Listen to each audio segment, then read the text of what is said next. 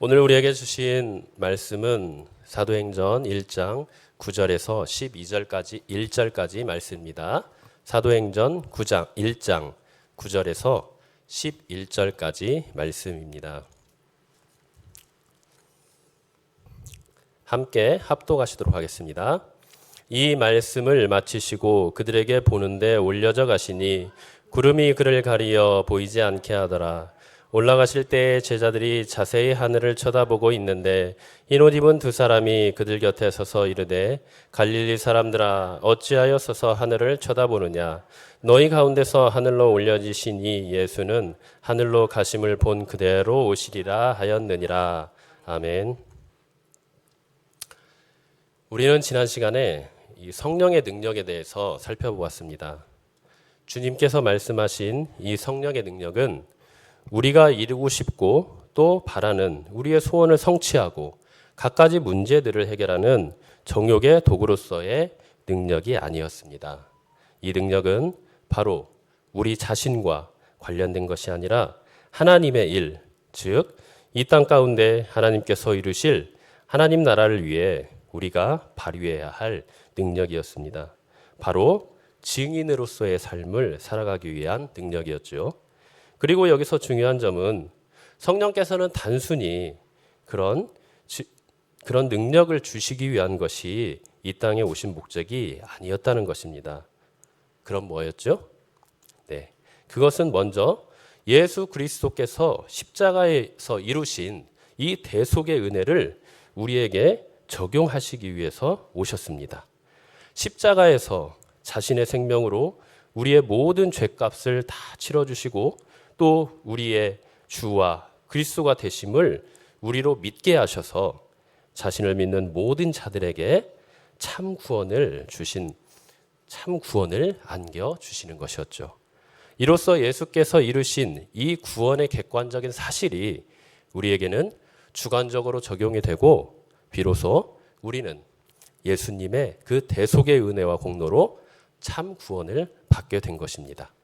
그리고 두 번째, 성령께서 이 땅에 오신 목적은 이제 그렇게 주님께서 이루신 구원을 우리를 통해 이루시기 위해 오셨습니다. 주님을 믿고 따르는 우리를 자신의 제자로 불러주시고 전하게 하셔서 참 구원과 하나님 나라를 이루는 참 일꾼이요 증인으로 살아가도록 해 주신 것입니다. 그렇지만 그 증인의 삶은, 그 증인의 일은 아무리 주님을 믿고 따른다 할지라도 아무나 할 수 있는 일은 아니었습니다. 예수님 당시 수많은 사람들이 예수님을 믿고 따랐습니다. 그렇지만 결론적으로 이 증인의 일을 감당할 수 있는 사람은 오직 그 증인의 사명을 감당할 수 있는 사람은 바로 오직 그 증인의 사명을 감당할 능력을 받은 사람만 가능했던 것입니다. 바로 성령님을 받은 사람이었죠. 그리고 내 안에 이제 내주하시는 이 성령님께서 능력을 주시는 주님을 따르는 제자들만이 가능한 일이었습니다. 그래서 주님은 제자들에게 다른 말씀은 하지 않으시고 오직 한 가지 일만 하라고 명령하셨죠. 바로 누가복음 24장과 사도행전 1장 4절과 5절의 말씀으로 바로 하나님 아버지께서 약속하신 성령을 기다리라는 것입니다. 앞으로 몇 날이 못 되어 약속하신 그 성령께서 너희에게 임할 것인데 그때 성령께서 너희에게 능력을 주실 것이고 그때서야 너희가 내 증인으로서 사명을 잘 감당할 수 있는 것이었습니다. 이때 능력이 바로 세상적인 나의 욕망과 욕심을 이루어주는 그런 능력이 아니라 바로 이 땅 가운데서 주님께서 이루신 구원과 그로 인해 확장될 이 하나님 나라를 위해 귀하게 쓰임받는 이 증인의 사명을 잘 감당하는 그런 능력이었죠. 그래서 사도들은 기적을 행하려고 애쓰거나 기적에 열광하지 않았습니다. 성경 어느 곳을 봐도요, 우리 믿음의 선진들이나 이 사도들이요, 기적이 그들의 삶의 목적이 되고 기적을 위해서 살지 않았습니다. 기적을 구하지 않았어요. 오히려 예수님의 십자가 죽음과 부활에 대한 증인으로서 어떠한 위험을 무릅쓰고라도 복음을 전하려고 했었습니다. 위협도 당하고 채찍도 맞고 돌에 맞고 옥에 갇히며 예수님과 같이 수많은 조롱과 모욕을 당해도 기적과 같은 능력을 행사해서 고난을 모면하려 하거나 기적을 통해 쉽게 복음을 전하려 하지 않았습니다. 기적을 의지하고 기적을 목적으로 삼는 것이 아니라 오직 주 예수님과 성령님의 인도하심을 의지하며 복음을 전했던 것입니다. 또한 초대교회나 사도들은 기적이 꼭 필요하다고 생각하지도 않았어요. 기적은 주님께서 그 뜻과 복음 전파를 위해 그분의 섭리와 필요에 따라 주시면 그저 나타나는 것입니다. 그러기에 섭리에 따라 나타난 기적은 믿음이 없는 자들에게는 하나님을 믿게 하고 또 하나님의 선풍과 능력을 드러내는 이 표적으로서의 역할을 했지 자신의 사역과 또 욕망을 위한 도구로 여기지 않았다는 것입니다. 그러기에 사도들은 매사에 기적을 행하려고 구하지도 않았습니다. 오히려 아무 능력도 없는 자처럼 겸손하고 충성스럽게 복음을 전했고 복음으로 인해 당하는 고난을 아주 당연하다고 여겼던 것입니다. 그리고 주님의 섭리에 따라 기적과 표적이 일어날 때마다 그로 인하여서 언제나 주님의 이름과 영광만을 드높이고 자신은 아무것도 아닌 자처럼 여겼습니다. 세례 요한과 같이 자신은 언제나 쇠하며 하나님만이 흥하기를 바랬던 것이죠. 자신은 죽고 주님의 이름만 드러나기를 원했습니다. 주님의 영광만 드러나고 자신은 조용히 사라지기를 바랬던 것이죠. 그럼 지금 이 시대는 여러분 어떻습니까? 기적을 구하고 행하는 자에게 몰리는 시대입니다. 복음 전파와 고난을 감수하는 그런 삶보다는 신기한 종교적인 체험과 치유 등에 관심이 있습니다. 주님을 위하여 살다가 당하는 고난은 약함으로 인식되고 기적 없이 복음을 전하는 것은 힘이 없다고 생각되는 시대에 살고 있습니다. 그래서 기적은 원할 때마다 나타나야 하며 그래야만 복음은 겨우 전해질 수 있다고 믿고 있는 것입니다. 그리고 복음이 아니라 자신들의 영적 욕구를 만족시켜 줄 수 있는 아주 신기하고 신비한 일에만 몰두하고 있는 것이죠. 참으로 어리석은 일이 아닐 수 없습니다. 그런데 반대로 어떤 사람들은 아예 능력을 기대하지 않는데 사실은 이것도 문제가 아닐 수가 없습니다. 능력과 기적은 좀 전에 말한 것처럼 주님께서 필요하다면 언제든지 그분의 선하신 뜻과 섭리 가운데 나타날 수 있는 것이죠. 그리고 주기도문의 내용과 같이 우리의 필요를 따라 자녀로서 아버지 되신 하나님께 언제든지 구할 수가 있는 것입니다. 이러한 믿음의 표시로 우리는 기도를 하는 것이고요.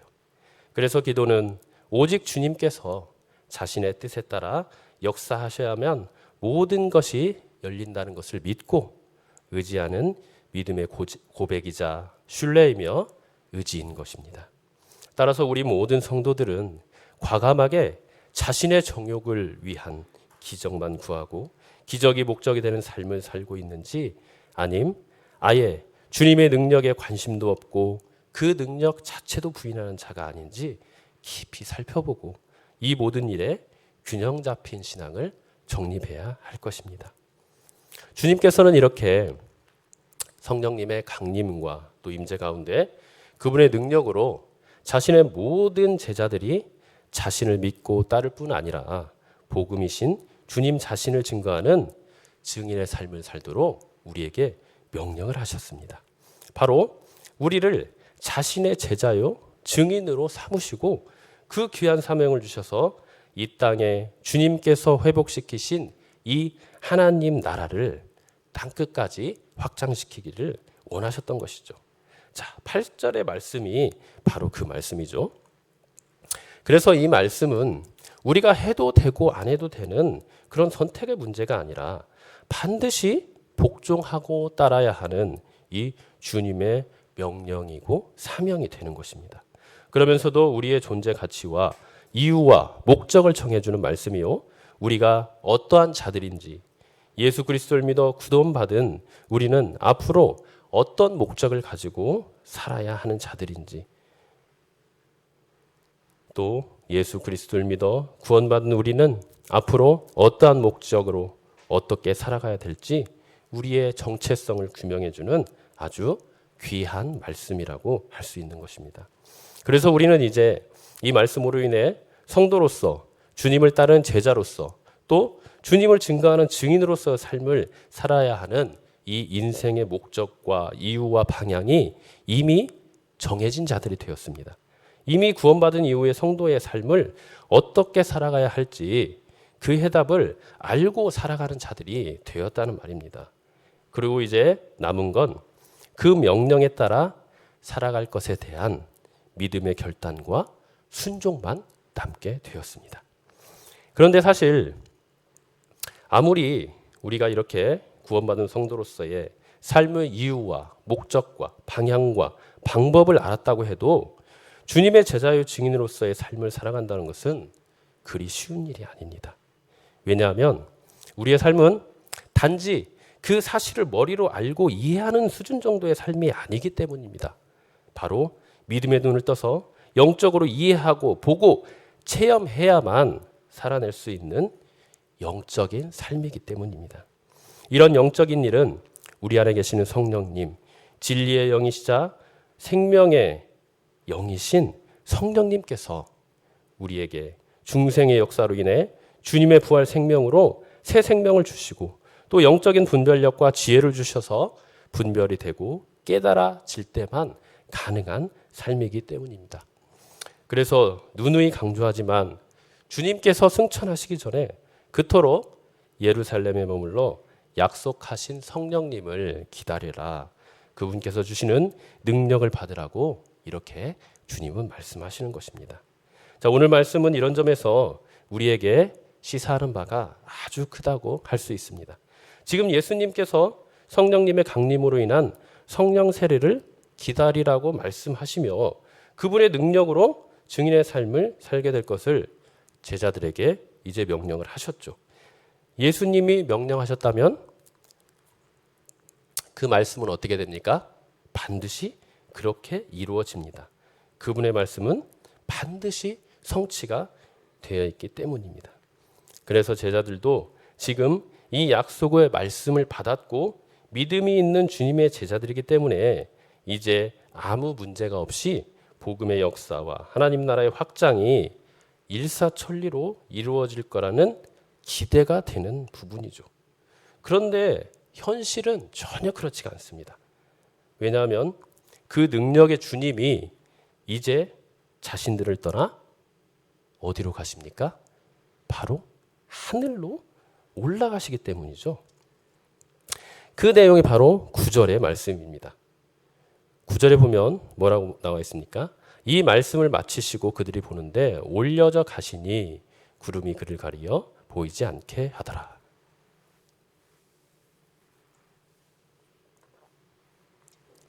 주님께서 이제 이 땅에서의 구원 사역이라는 이 목적을 다 마치시고 다시 본향으로 돌아가시는 것입니다.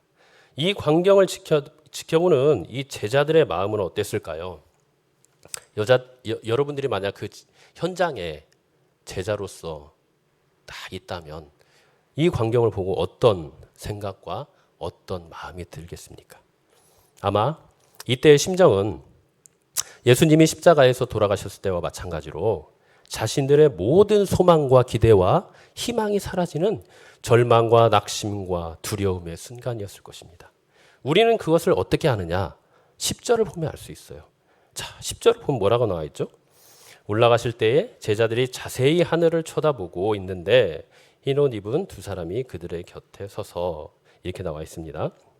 자, 예수님이 구름 사이로 올라가실 때 제자들이 어떻게 하늘을 쳐다보고 있습니까? 자세히 지금 쳐다보고 있다고 나와요. 자세히 쳐다보고 있다.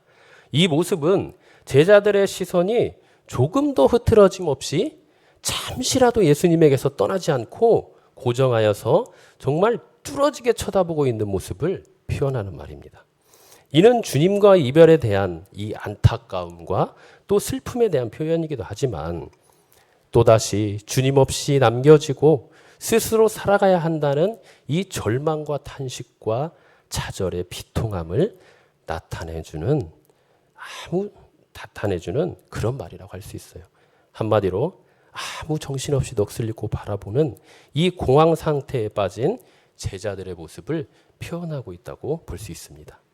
제자들에게는 어쩌면 주님께 2번이나 배신을 당한 것과 같은 그런 충격과 아픔의 시간이었을 것입니다. 물론 주님께서는요, 제자들과 함께 공생애를 사시면서 이미 제자들에게 말씀해 주셨어요. 자기가 십자가에서 죽을 것과 또 3일 만에 부활할 것과 승천에 대해서도 다 말씀해 주셨습니다. 그런데 제자들은 그 말씀이 실제가 되자 이제 머리로는 알고 있지만 도저히 현실적으로 받아들일 수 없는 이 너무나도 충격적인 사건으로 그들에게 확 쓰나미처럼 몰려 들어왔던 것입니다. 사실 이것은 제자들과 함께 우리 모든 믿는 성도들에게도 현실적으로 다가오는 일입니다. 우리 모든 성도들도 사실 예수님을 믿는 자들입니다. 그냥 믿는 정도가 아니죠. 그분을 믿는 믿음과 신뢰 가운데 온 마음과 정성과 때로는 목숨을 걸고 믿습니다. 믿음으로 기도하죠. 감사와 기쁨으로 찬양하며 하나님의 거룩하신 임재와 또 교통을 소망합니다. 이렇게 함께 모여서 예배를 드리는 거죠. 심지어는 그 피곤한 가운데 새벽같이 일어나 새벽 예배도 드립니다. 그뿐입니까? 자신들의 뼈 빠지게 벌어들인 그 돈으로 주님께 11조와 감사 헌금과 또 각종 특별 헌금까지 드려요. 정말 대단한 열심과 믿음과 사랑의 헌신이라고 말할 수 있습니다. 그런데요, 솔직히 말해서 항상 우리의 마음과 믿음의 삶이 이렇던가요? 늘 변함없는 주님에 대한 사랑과 믿음으로 이렇게 헌신하며 봉사하고 섬기시나요? 그렇지 않죠. 그렇게 불타는 믿음과 사랑의 그 수고 가운데서도 오늘 제자들의 모습과 같이 그들이 처한 현실처럼 때론 주님이 없는 것 같이 또는 주님이 나에게서 떠난 것 같은 그런 생각과 느낌이 들 때가 있습니다. 그렇게 가깝게 느껴지고 손만 내밀면 잡힐 것 같은 그 주님이 너무 멀리 계신 것 같고 나와는 아무 상관이 없으며 관심도 없고 나에게서 떠난 것 같은 그런 느낌이 들 때가 있다는 것입니다. 또 그런 패닉 상태에서 살아갈 때가 참 많이 있습니다. 여러분들은 어떨 때 그런 느낌이 드십니까? 내가 너무 몸이 아플 때입니까? 아니면 다른 사람들이 나를 이유 없이 모함하고 시기하고 질투하며 미워할 때입니까? 아니면 내가 하나님 앞에 많은 죄를 지을 때입니까? 어찌됐든 여러 가지 이유로 인해 우리는 살아계시고 우리의 아버지 되시는 그 좋으신 하나님이 너무 멀리 느껴지고 나를 미워하고 싫어하고 나를 떠나버린 것 같은 그런 고통 속에 빠질 때가 많이 있습니다. 오늘 제자들의 모습이 그렇습니다. 지금 예수님께서 하늘로 올라가시는 것은 이 땅에서 구원 사역인 자신의 사역을 다 마치시면 다시 천국 본향으로 올라가 이제는 너희의 구원자일 뿐만 아니라 너희와 온 우주 만물의 왕이요 통치자로 다스릴 것이라는 이 그분의 약속의 말씀이 성취된 것입니다. 그리고 그것을 제자들은 모두 잘 알고 있었어요. 그뿐 아니라 내가 하늘로 올라가면 이제는 또 다른 보혜사이신 이 성령님을 너희에게 보내주셔서 너희 안에 영원히 내주하시고 영원토록 너희와 함께 하시며 결국에는 세상 끝날까지 너희와 함께 하며 또한 다시 재림하셔서 하늘의 영광으로 너희에게 덧입혀 줄 것이라는 그 약속의 말씀을 해 주셨습니다. 여러분, 이 정도 되면 우리에게는 그 어떤 것보다 제자들과 우리에게 하늘 소망과 영광을 보장하는 가장 확실하고도 힘과 위로가 되는 말씀 아닙니까? 그런데 지금 제자들의 실제 반응은 여러분 어떻습니까? 너무나도 황당하고 두렵고 좌절하고 모든 소망이 다 사라진 그런 모습으로 지금 남아 있습니다. 여러분, 사실 이 모습이 바로 우리의 모습입니다. 우리 모두 주님을 나의 주요, 그리스도요, 아버지요, 보혜사 성령님이요, 선한 목자요, 살아계신 참 하나님으로 믿는 자들입니다. 그런데 실제 살아가다 보면 이렇게 제자들의 모습과 같이 너무나도 연약하고 무기력한 모습을 보일 때가 참 많다는 거죠. 우리의 연약함, 우리의 죄성, 우리의 완악함, 교만함, 시기, 질투, 다른 사람들에게 인정받고 싶은 욕망, 다른 사람보다 더 이름을 높이고 더 의로워 보이고 싶은 그런 악한 마음 등 수많은 죄악됨과 연약함이 결국 우리를 이러한 지경으로 몰아가는 것입니다. 이것은 사실 하나님이 우리를 버리거나 떠나버린 것이 아니라 연약하고 죄악된 우리 인간이 죄와 연약함 속에서 주님을 멀리하고 떠나버렸기 때문입니다. 마치 아담과 하와가 하나님 앞에 죄를 짓고 나무 뒤에 숨은 것처럼 말입니다.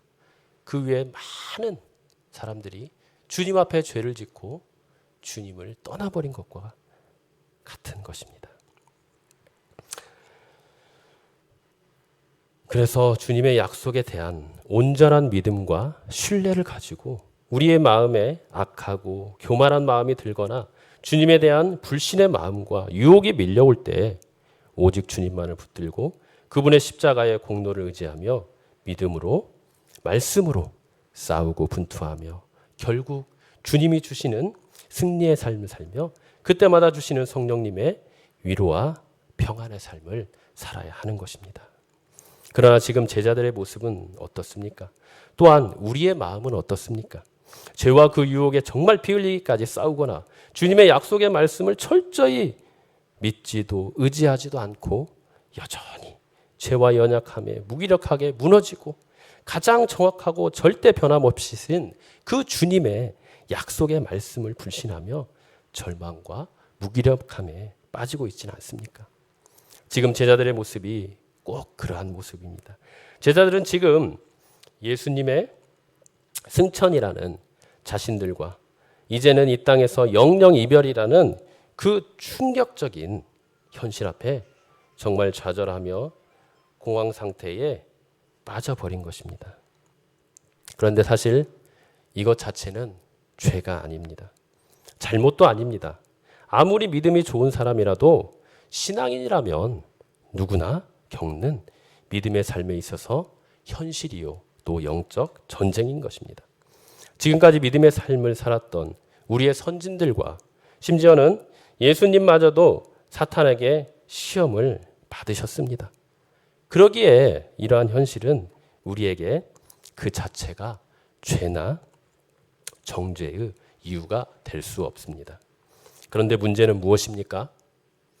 이런 신앙의 고통과 유혹과 결단의 현실 앞에서 우리의 신앙적인 반응과 결단이며 주님과의 관계에서의 그 반응이 무엇이냐는 것입니다. 자, 10절을 한번 보면 승천하실 그 제자들은 승천하실 때 예수님께서 승천하실 때 제자들은 어떻게 반응을 했습니까? 완전히 넋이 나간 상태로 주님에게서 시선을 떼지 않고 끝까지 쳐다보았습니다. 그리고 그 후의 반응과 후속 행동이 없어요. 그저 예수님만 계속해서 쳐다볼 뿐입니다. 오로지 주님이 우리를 떠나셨다는 그 아쉬움과 절망과 좌절 속에 오직 거기에서 그들의 생각과 행동과 주님께서 주신 그 사명과 목적까지도 다 멈춰버린 것입니다. 그런데 이런 이들의 모습 자체가 잘못된 것이라고 할 수가 없는 것이죠. 문제는 여기에 있는 것입니다. 우리에게 수많은 어려움과 고통의 순간들이 있습니다. 신앙의 결단해야 될 순간들이 있습니다. 이렇게 예수님이 우리에게서 떠나버리고 우리에게서 멀어져 버린 것 같은 그런 극심한 외로움과 고통의 순간들이 있을 수 있다는 것입니다. 그것이 여러분들의 잘못은 아니에요. 이유가 어찌됐든 여러 환경적인 문제가 있고 관계적인 문제가 있고 우리의 신앙적인 문제가 있고 여러 가지 문제들이 그런 일들을 발생하게 합니다. 그래서 이런 일들이 발생할 때 그런 문제가 우리에게 있어서 문제라고 할 수는 없는 것입니다. 그러면 이런 상황이 벌어졌을 때 이런 현실 앞에서 우리는 과연 어떻게 해야 될까요? 이런 현실 앞에서 지금 제자들이 취해야 할 반응은 어떠해야 했을까요? 그것은 바로 자신들이 처한 상황과 현실은 도저히 받아들이기 힘든 상황이지만 그런 문제 해결을 위해 오직 우리 주님만을 기대하며 우리 주님만을 붙들어야 했습니다. 주님께서 주신 이 약속의 말씀만을 온전히 믿고 신뢰하며 그 말씀 가운데 붙들림을 받아야 했습니다. 주님께서 승천하시기 전에 제자들에게 명령을 하셨죠. 예루살렘을 떠나지 말고 아버지께서 약속하신 것을 기다리라. 제자들은 그 주님의 약속을 붙들고 예루살렘으로 달려가야 했습니다. 그리고 성령을 받고 그분의 증인되게 하시는 능력으로 말미암아 땅끝까지 이르러 증인이 되는 삶의 현장으로 달려가야 했습니다. 주님의 뜻을 구하며 기도의 자리로 달려가고 함께 모이며 주님의 은혜를 구하며 나아가야 했습니다. 그런데 제자들은 어떻습니까? 그렇지 않았죠. 주님이 자신들과 함께 없다는 그 절망과 좌절에 완전히 매몰되어 모든 생각과 사명과 사역까지도 다 일제히 멈춰버린 것입니다. 여러분, 우리도 마찬가지입니다. 여러분, 우리를 지켜주는 것은 세상 그 무엇도 아닌 하나님의 약속의 말씀과 성령의 능력입니다. 사도행전 20장 32절에 보면 이런 말씀이 있습니다.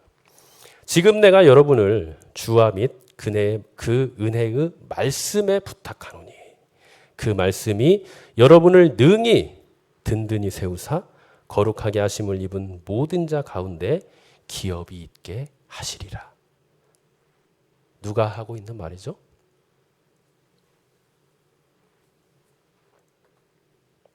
바울 사도가 지금 에베소에 있는 장로들에게 하고 있는 말입니다. 사도 바울이 3차 전도여행을 하고 있었어요. 그리고 이제 에베소를 거쳐서 이제 예루살렘으로 이제 돌아갈 때가 되었습니다. 그래서 에베소에 들려서 장로들을 다 모으고 그들을 위로하며 그들을 위하여 기도하고 나아갑니다. 그런데 거기에 있는 제자들과 또 많은 동료들이 절대 예루살렘에 올라가지 말라고 막 만류를 해요. 너 앞으로 예루살렘에 올라가면 죽는다는 거예요. 순교한다는 거예요. 그러니까 절대 올라가지 마라. 이렇게 권면을 합니다. 그런데도 사도 바울은 끝까지 그것을 만류하죠. 왜냐하면 성령님께서 사도 바울을 통해서 거기에 올라가고 거기서 체포되고 로마에 가고 거기에서 또 주의 복음과 하나님 나라를 위하여 일하는 것이 본인이 받은 사명이라는 것을 성령님께서 이미 알려주셨고 사명으로 주셨기 때문입니다. 그렇기 때문에 사도 바울은 죽음이 그를 기다리고 또 어떠한 어려움이 기다렸더라도 내가 받은 것은 그 하나님의 사명을 위해서는 나의 죽음조차도 두려워하지 않는다고 위대한 말을 남기고 떠나가게 된 것이죠.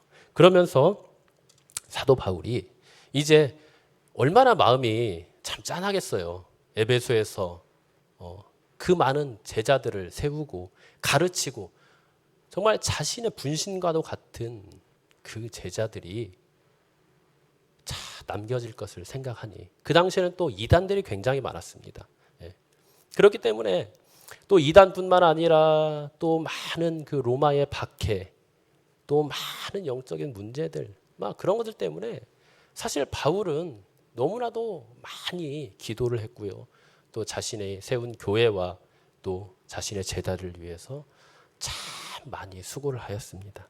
이런 제자들 또 이런 장로들은 여기서 이제 일종의 목사님들과 같은 분들이죠. 예, 교회를 맡겼는데 이제 막 교회가 성장하고 있고 또 여러 이단의 문제 또 내부적인 갈등 그런 모든 것들을 생각할 때마다 참 얼마나 자신들의 세운 제자와 장로들이 염려가 되고 많은 기도를 했을까요?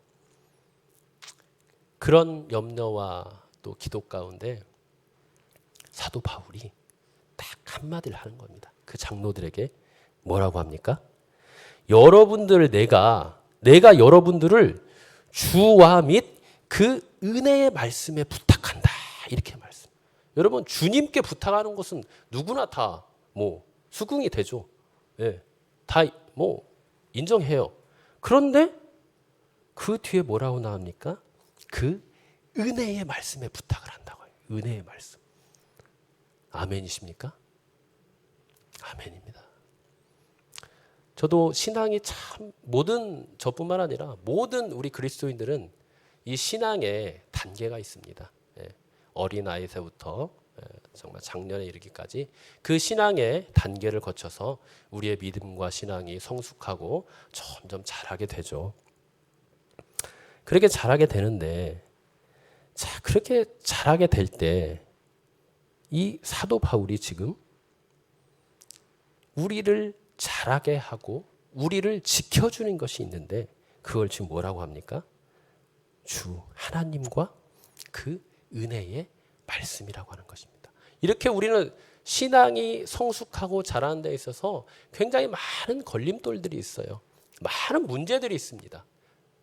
내부적으로는 교회에서 여러 가지 문제들, 뭐 고린도 전서만 봐도 그게 많이 나오죠. 뭐 네가 잘났니, 내가 잘났니, 뭐 은사적으로 누가 뛰어나니, 막 그런 거에서부터 시작해서 여러 가지 뭐 음란의 문제들, 또 뭐 수많은 문제들이 있어요 내부적으로. 시기와 질투와 비방과 막 욕과 막 그것뿐만 아니라 외부적으로는요. 이 악한 이단들, 또 로마의 정치적인 박해. 이러한 내외부적으로 수많은 문제들과 어려움이 있습니다. 자, 그런데 거기에서 우리를 지켜주는 것이 무엇일까요? 사도 바울은 그것을 딱 두 가지로 요약을 합니다. 하나는 주, 또 하나는 주님께서 하신 그 은혜의 말씀이라는 것입니다. 은혜의 말씀. 여러분 이것은 우리가 정말 깊이 새겨들어야 할 말씀입니다. 우리는 늘 주님을 불러요. 주님을 의지합니다. 주님의 또 사랑과 은혜 속에 살아가요. 그런데 때로는 그 주님과 상관없는 자처럼 살아갈 때가 굉장히 많아요. 주님을 믿는다고 입술로는 고백하고 말은 그렇게 하는데 나의 행동과 또 내가 행하는 그 행함의 동기와 이유들을 보면요. 주님과 아무 상관없이 살아갈 때가 너무나도 많이 있습니다. 그러나 사도 바울은 분명하게 말씀입니다. 주와 및 그 은혜의 말씀이라고 합니다. 그러니까 주님과 그 은혜의 말씀은 결코 떨어질 수 없는 것입니다. 주님의 말씀이 나에게 있을 때 주님이 나와 함께 하시는 거예요. 주님이 나와 함께 있을 때 주님의 말씀이 나와 함께 하는 것입니다. 그렇기 때문에 주와 말씀은 우리에게 생명을 주고 우리를 지켜주시고 우리에게서 참 생명의 원천이라고 할 수 있습니다. 그래서 사도 바울이 주와 및 그 은혜의 말씀에 부탁한다 이렇게 말을 했던 것입니다. 우리도 마찬가지입니다. 이 세상을 살아가면서 지금 제자들이 처한 것과 같은 그런 현실이 우리에게 얼마나 많이 있습니까? 그죠? 여기 계신 분들 다 저보다는 신앙생활을 훨씬 많이 하신 분들이에요. 이렇게 신앙생활 하시면서 여러분들 어려움 굉장히 많았죠? 교회 내부적으로 얼마나 어려움이 많습니까? 차라리요, 세상 사람들과 관계할 때는요, 이렇게 어렵지 않아요. 그런데 우리가 믿음이 있기 때문에, 우리의 신앙이 있기 때문에 사실 이 신앙 안에서의 신앙인들, 옆에 있는 형제 자매들의 말을 더 수긍하기가 어려운 거예요. 그죠? 아니 어떻게 예수님을 믿는 사람이, 예수님을 사랑한다는 사람이 그딴 식으로 얘기를 해? 그딴 식으로 말을 해? 그딴 식으로 행동을 해? 받아들이기 쉽습니까? 어려워요. 이게 더 어려운 겁니다. 세상 사람들이 말을 하면요, 아 그래 너 예수님 모르니까, 하나님 사랑을 모르는 사람이 당연히 그럴 수 있지, 수긍해요. 긍정합니다. 그런데 함께 예수님을 믿고 함께 사랑하고 함께 섬긴다는 사람이 나를 모함하고 나를 욕하고 나를 힘들게 하면 수긍이 됩니까? 이해가 됩니까? 너무나도 힘든 일이에요. 이렇게 우리는 이 세상을 살아가면서 우리 앞에 놓인 현실은요, 이 제자들이 놓인 현실과 같이 너무나도 받아들이기 어렵고 힘든 현실입니다. 그렇지만요, 우리가 이런 상황 속에서 이 힘든 현실과 고통을 이기고 승리할 수 있는 믿음의 비결은 딱 한 가지 있습니다. 무엇입니까? 바로 주와 그분의 말씀을 의지하는 것입니다. 자, 지금 제자들의 모습을 보십시오. 완전히 공황 상태에 빠졌어요. 패닉 상태에 빠졌어요. 이제는 주님과 다시 할 수는 없다. 근데 이 제자들이요, 예수님이 하신 약속의 말씀 모르는 게 아니라고 했죠. 분명히 예수님은 이 땅에 제자들과 함께 공생의 생활을 하며 복음을 전하며 그들을 가르치실 때에 다 말씀해 주신 것들이에요. 하나님의 말씀에 대해서 내가 앞으로 어떻게 되고 하늘로 올라가고 또 다시 오고 그런 모든 것들에 대해서 다 이미 말씀해 주셨습니다. 그런데 제자들은 어떻습니까? 예수님이 자기 자신들과 이제 함께 할 수 없다는 그 현실 앞에서 그런 모든 하나님의 말씀과 약속과 언약과 그분의 존재마저도, 그리고 자신의 사명까지도 깡그리 잊어버리게 되는 것입니다. 그래서 여러분, 우리가 정말 이 제자들과 같이 이 힘들고 어렵고 이런 공황 상태, 주님이 정말 나에게 없을 것 같은 이런 상황이 맞닥뜨리면 우리는 가장 먼저 어디로 달려가야 할까요? 바로 말씀과 기도 앞으로 달려가야 됩니다. 말씀과 기도 앞으로 달려가야 돼요. 이것은 공식이에요. 하나의 영적인 원리예요. 그리고 우리가 반드시 최우선적으로 붙들어야 될 승리의 비결입니다. 말씀과 기도입니다. 주님을 붙들어야 돼요. 지금 제자들이, 지금 상황은 이렇게 공황 상태이고 완전히 패닉 상태이지만 이때 당시 정말 주님을 쳐다보다가도 그 주님이 이제는 다시는 나와 함께 할 수 없다는 그런 극심한 고통과 슬픔과 우울과, 여러분 우울할 때 많이 있죠? 외로울 때 많이 있죠? 그럴 때 주님의 말씀을 붙들었다면 내가 너와 항상 함께 할 것이다. 내가 너에게 보혜사 성령님을 보내주셔서 너에게 능력도 줄 뿐만 아니라 너에게 주신 사명까지도 잘 감당할 수 있도록 은혜를 줄 것이다. 그리고 다시 이 땅에 오는 그날 내가 너희들에게 하늘 영광으로 덧입혀 주실 것이다. 이 약속의 말씀을 붙들고 생각하고 그 말씀 가운데 온전한 믿음으로 승리할 수 있도록 주님을 붙들었다 하면 어땠을까요? 참 하나님 너무 기뻐하셨을 것 같아요. 그런데 제자들은 그렇지 않았습니다. 오로지 끝까지 어떻게 봤습니까? 10절에 있는 말씀처럼 오로지 자세히 끝까지 주님만 바라본 거예요. 여러분, 우리가 문제가 생겼을 때 그 문제에 계속 그 문제만 생각하다 보면요, 어떻게 됩니까? 완전히 문제에 묻혀버려요.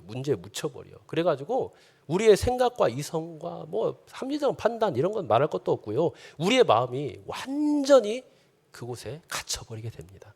네. 이 큰 문제예요. 그래서 우리에게 문제가 있을 때, 그것이 영적인 문제건 어떠한 문제건 간에 가장 먼저 문제가 생겼을 때 우리가 해야 될 첫 번째 반응은 바로 우리의 시선을 돌리는 것입니다. 어디에서? 문제에서 어디로? 주님으로. 예, 우리의 어려움과 고통 가운데서 하나님의 말씀으로. 그러면서 우리의 마음을 짜내어 주님께 기도해야 돼요. 여기까지는 그래도 어느 정도 해요. 근데 기도하지 않는 사람이 참 많습니다. 사실 기도하기 쉽지 않아요. 우리의 그런 엄청난 정말 일이 문제가 닥치면요, 머리로까지 그렇게 주님을 찾고 주님께 붙들어야 된다, 말씀을 붙들어야 된다, 그것까지는요 다 합니다. 사실 다 해요. 그런데 진짜 그 문제를 가지고 하나님 앞에 내어놓고 그분의 도우심을 구하며 그분의 은혜를 구하는 자는요 그렇게 많지 않아요. 그렇기 때문에 우리가 평안한 삶을 살 수 없고 안식을 누릴 수 없는 것입니다. 저는요, 물론 여러분들보다는 훨씬 신앙생활 적게 했지만요, 제가 정말 위대하게 보는 분들이 있습니다. 어떤 분이냐, 정말 자신이 신앙생활하며 교회 생활하며 정말 수없이 많은 고통과 어려움의 순간들을 맞이하신 분들을 참 많이 봤어요. 그런데 딱 그런 분들이 보이는 반응은 두 가지더라고요. 첫 번째는 그냥 그 문제에 매여서 내 마음대로 생각하고 내 마음대로 결정하고 내가 결론이 돼버리는 겁니다. 네. 그런데 그런 분들을 보면요, 참 안타까울 때가 참 많아요. 그런데 그런 가운데서도 어떻게든 그 문제를 주님 앞에 내려놓고 주님만 붙들고 그 힘들고 고통스러운 가운데서도요, 정말 울부짖으며 하나님께 매달리는 분들은요, 하나님께서 그분에게 반드시 은혜를 주십니다. 반드시 은혜를 주세요. 그래서 그의 결말은 참 아름답게, 정말 하나님이 보시기에 또 우리가 보기에도 너무나도 아름답게 맺어지는 것을 많이 봤어요. 우리 모든 성도님들, 우리 삶 가운데 참 얼마나 많은 이 고통과 문제들이 있습니까? 교회 내부적으로, 외부적으로, 또 내 자신이 참 너무나도 많은 문제가 있어요. 그러나 주님은 오늘 천사들을 통하여서 말씀하시죠. 뭐라고 합니까? 11절에 갈릴리 사람들아 어찌하여 서서 하늘을 쳐다보느냐. 이게 사실은 책망의 말씀이기도 하지만요, 위로의 말씀이기도 합니다. 어찌 아직까지도 그 갈릴리라는 그 지역에서 살았을 때의 삶과 생각과 철학을 가지고 살아가느냐, 이겁니다. 그때 갈릴리는요, 많은 사람들이 갈릴리 출신이라 하면 굉장히 무시했어요. 뭐 배운 것도 없고요, 뭐 하나 내세울 게 없는 곳이, 영적으로 소외된 곳이 바로 갈릴리였습니다. 그렇기 때문에 이 갈릴리 출신이라고 하면 굉장히 많은 사람들이 무시를 하고 그랬습니다.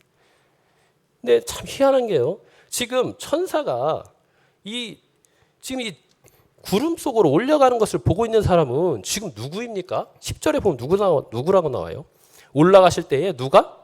제자들이 자세히 봤다고요. 제자들. 근데 천사는 누구라고 해요? 이 갈릴리 사람아, 이렇게 말을 하고 있는 갈릴리 사람아. 이게 여러분 무슨 말씀이겠습니까? 너희들은 문의는 지금 제자이지만 너희들이 지금 하고 있는 꼴을 보니 주님의 제자가 아니다. 갈릴리 사람이다, 이런 거예요. 여전히 인간적이고 세상적인, 인본주의적이고 세속적인 그런 생각과 사고방식과 철학으로 살아가고 있다는 겁니다. 그래서 흰 옷 입은 두 천사가 책망을 하시는 겁니다. 이 갈릴리 사람들아 어찌하여 서서 하늘을 쳐다보느냐.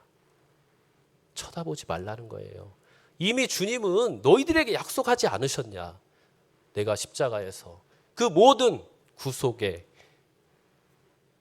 구원의 역사를 이루고 3일 만에 부활하고 하늘에 올라가서 이제 왕으로 대관식을 치르고 너희를, 온 우주를 다스릴 거라고 말하지 않았냐. 그리고 세상 끝날 다시 와서 모든 악과 또 나를 따르지 않는 자들과 복음에 순종하지 않는 자들을 내가 심판하다 하지 않으셨냐.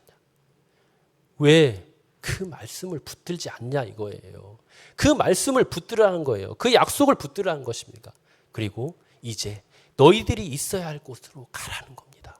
그곳에 머무르지 말고 너희의 시선을 계속 약속하신 그 하나님께, 예수님께 머무르지 말고 이제는 내가 너희에게 분부한 증인으로서의 삶을 사는 그 현장으로 가라는 겁니다. 너희의 사명을 다하라는 곳이에요. 너희의 주제 파악을 하라는 것입니다. 너희의 정체성을 온전히 깨달으라는 겁니다. 너희는 제자야. 너희는 증인이야. 그리고 예수님께서 하신 그 약속의 말씀을 온전히 믿는 자들이야. 그런데 그런 가운데서도 여전히 주님이 나에게서 떠난다는 그 사실 하나로 그렇게 연약하게, 그렇게 좌절하며 지낼 수 있니? 그럴 수 없어. 일어나. 이 주님의 음성을 여러분 우린 날마다 드려야 됩니다. 여러분이 힘들고 어렵고 낙심될 때 이 주님의 말씀을 들어야 돼요. 갈릴리 사람들아, 이 성남 사람들아, 이 광주 사람들아,